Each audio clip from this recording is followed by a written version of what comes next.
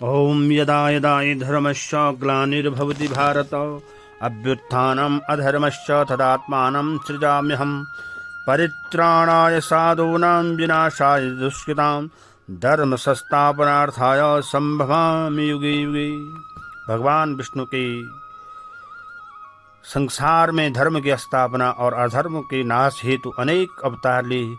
उनमें से एक अवतार द्वापर युग में भगवान विष्णु ने श्री कृष्ण भगवान के रूप में अवतार लिया, जो 16 कलाओं से युक्त थे। और श्री कृष्ण के रूप में जब भगवान ने अवतार लिया, वो भाद्रपद मास के कृष्ण पक्ष की अष्टमी तिथि रोहिणी नक्षत्र का दिन था और उसमें मध्य रात्रि में भगवान ने जन्म लिया।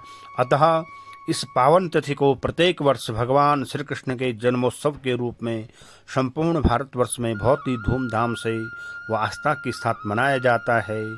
भगवान श्री कृष्ण का संपूर्ण जीवन प्रेरणा से स्वरूप रहा है, जो जीवन के अनेक सूत्रों को बताता है।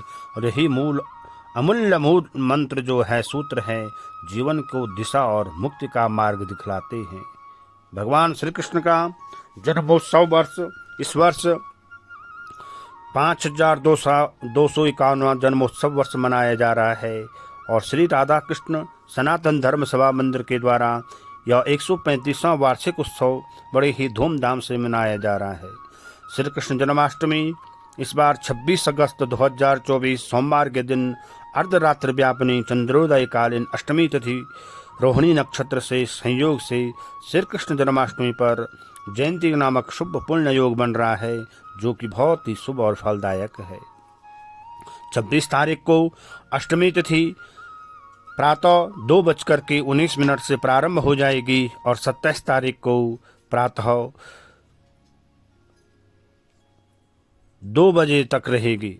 26 तारीख को जो अष्टमी तिथि है 3:40 से प्रारंभ होगी और 27 तारीख को 2:19 पर समाप्त होगी। इस अष्टमी तिथि में पूजा का जो शुभ समय है, भगवान का पूजा का जो षोडशोपचार पूजन का शुभ समय है, अष्टमी की रात्रि को 12 बजे से लेकर के 12:45 का समय है। इसी के अनुसार भगवान का पूजन करें। और जैसे कहा भी गया है कि ब्रह्म वैवर्त पुराण के अनुसार श्री कृष्ण जन्माष्टमी का व्रत काफी शुभ और फलदायी होता है। इससे 100 जन्मों के पापों से मुक्ति मिलती है।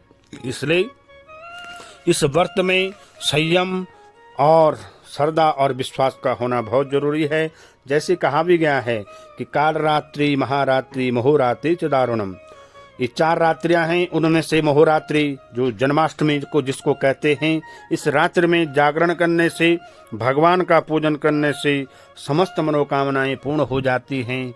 और श्री कृष्ण जन्माष्टमी की रात्रि इस रात में योगेश्वर श्री कृष्ण भगवान का ध्यान नाम मंत्र जाप करते हुए जगने से संसार से समस्त मनोकामनाएं पूर्ण हो जाती हैं, समस्त पाप नष्ट हो जाते हैं।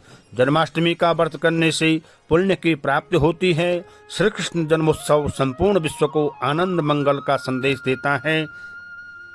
जन्माष्टमी के दिन भगवान को अनेक प्रकार के भोजन जैसे माखन, मिश्री, खीर, खीरा और भांति भांति के फलों का भोग लगाएं। भगवान श्री कृष्ण को दूध और माखन अति प्रिय है, अतः जन्माष्टमी के दिन खीर और पेड़े, माखन, मिश्री जैसे मीठे व्यंजन बनाएं और इसमें भगवान को भोग लगा करके मध्य रात्रि के बाद स्वयं भी इनको खाएं। जन्माष्टमी का व्रत मध्य रात्रि को श्री कृष्ण भगवान के जन्म के पश्चात भगवान के प्रसाद को ग्रहण करने के साथ ही पूर्ण होता है। और ये इस बार 26 अगस्त को सुबह 6:36 से पहले इस सूर्योदय से लेकर के 6:36 तक इस व्रत का पारण करें। जन्माष्टमी के संदर्भ में अनेक व्याख्यान शास्त्रों में मिलते हैं।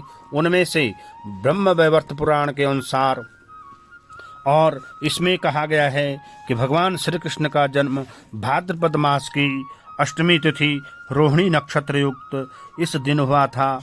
और स्कंद पुराण के अनुसार कृष्ण जन्माष्टमी का व्रत एक अत्यंत महत्वपूर्ण व्रत होता है। यदि दिन या रात्रि में कला मात्र भी रोहिणी न हो तो विशेष करके चंद्रमा से मिली हुई हो, रात्रि में इस व्रत को करना चाहिए। कृष्ण पक्ष की जन्माष्टमी में यदि एक कला भी रोहिणी नक्षत्र हो तो उसमें जयंती नामक योग बनता है। और इस बार जो नक्षत्र है दिन में, रोहिणी नक्षत्र दिन में 26 तारीख को 3:55 से प्रारंभ होता है, जो दूसरे दिन तक रहेगा। यानी रोहिणी नक्षत्र भी पूरे रात को है, अष्टमी तिथि भी पूरी रात को है, और सोमवार का दिन है तो बहुत ही शुभ जयंती नामक योग बनना है। वशिष्ठ संहिता के अनुसार अष्टमी तथा रोहिणी इन दोनों का संयोग अहोरात्र में पूर्ण भी हो तो मुहूर्त मात्र में भी अहोरात्र के योग से व्रत करना चाहिए।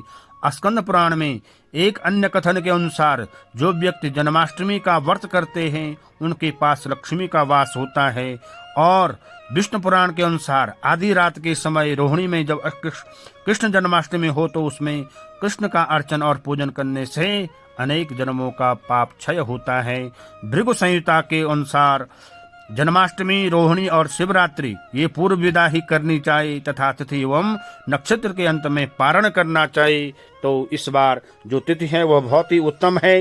कृष्ण जन्माष्टमी में भगवान के बाल स्वरूप का पूजन करना और उनका श्रृंगार करना, उनके मंत्र का जाप करना, ये बहुत ही अत्यंत और शुभ फलदायी है।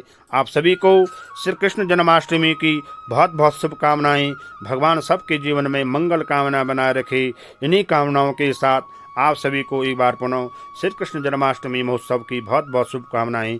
जय श्री राधे, जय श्री कृष्णा। बोल बांके बिहारी लाल।